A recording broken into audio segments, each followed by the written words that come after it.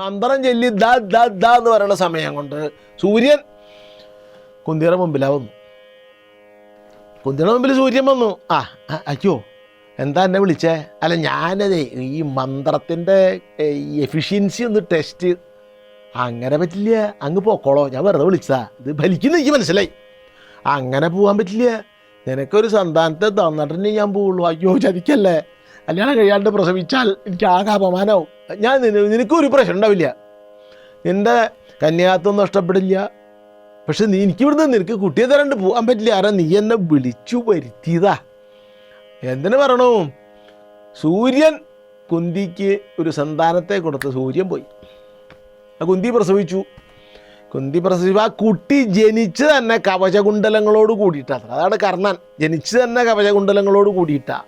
എന്നിട്ട് ഈ കുട്ടിയെ, ഇത് മറ്റുള്ളവരറിഞ്ഞ മോശമല്ലേ, മന്ത്രകേന്ദ്രമൊന്നും അവർക്ക് മനസ്സിലാവില്ലല്ലോ. അപ്പോൾ ഈ കുട്ടി എന്ത് ചെയ്തു വെച്ചാൽ കുന്തി പെട്ടിയിലടക്കി പുഴയിൽ ഒഴുക്കി വിട്ടു.